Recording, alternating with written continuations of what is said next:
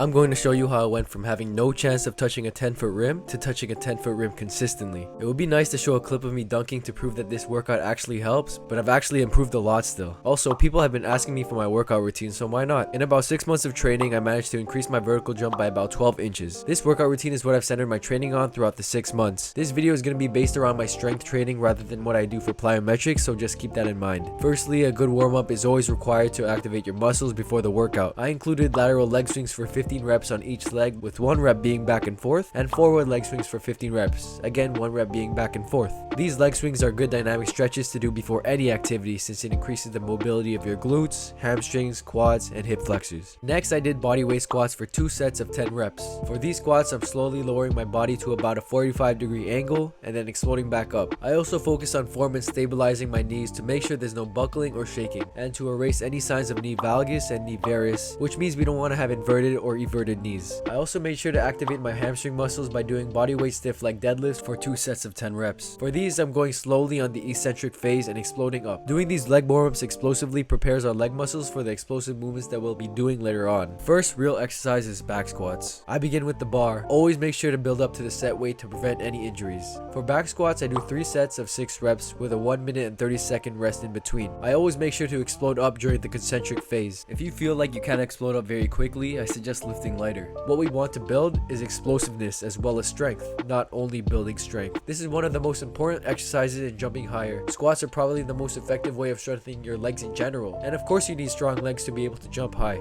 The second exercise is a conventional deadlift for 3 sets of 6 reps with a minute and 30-second rest in between.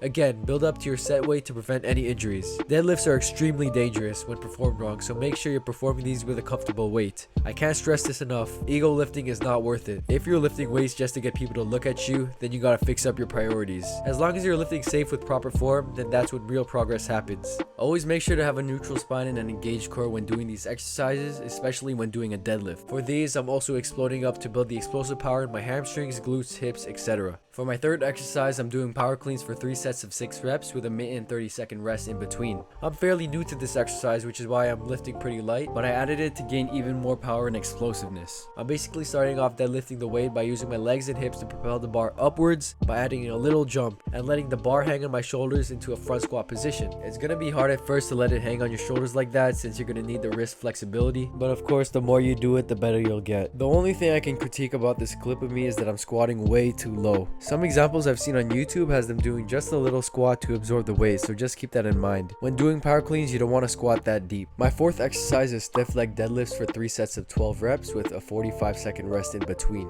I'm making sure that I'm going down slowly while I'm keeping my knees locked, and then I'm performing a fast and explosive movement when going up. My fifth exercise is elevated calf raises for 3 sets of 25 reps with a 45-second rest in between. I like to believe that standing calf raises are better than seated calf raises when building for power and explosiveness, just because you'll be standing upright when you're jumping. Making your calf raises elevated makes it even more effective since it allows for a greater range of motion to work out the calves. My sixth exercise is Tibialis Raises for 3 sets until failure with a 45-second rest in between. A lot of people skip the tibialis anterior when working out the legs, but it's actually one of the muscles we use the most. This is the muscle we use when we dorsiflex the ankle when we walk. Strengthening this muscle will help increase takeoff quickness and can also decrease ankle injuries and shin splints as well. My last 2 exercises are weighted split squats for 3 sets of 12 reps and single leg stiff leg deadlifts for 3 sets of 12 reps. And I usually superset these. It's important to focus on unilateral exercises to get rid of any muscle imbalances. We want to make sure that both legs are equally as strong. For the split squats, I'm making sure to perform them with speed. We're going to need the single leg strength too. It's also going to help with my explosiveness regardless if I'm a 2-footed jumper. The single leg stiff leg deadlifts would not only be beneficial to my hamstrings, but also my stabilizer muscles in the foot, which means it'll increase your balance on one foot. If you're a single leg jumper, you especially want to do more unilateral exercises to maximize on your jumping preference. And that's pretty much it for my leg strengthening workouts. The night before and after my leg workouts, I always go through numerous stretches so that I'm not as sore the next day and to maintain flexibility. I believe that everyone should add a stretching routine after the workouts to maintain range of motion in the muscles, if not increase it. Being flexible is another factor in jumping higher, so I'd say it should be a daily routine. I've been stretching every day and I can definitely see the improvements in my flexibility. I do this leg strengthening workouts about 2 to 3 times a week, along with 1 to 2 plyometric workouts a week. Leg strengthening is one half of jumping higher, and plyometrics is the other half. Let me know if you guys want me to make a separate video on my plyometric workouts, and let me know how this workout goes. I still have a lot of work to put in before I put in my first dunk, but my goal is for the end of the year.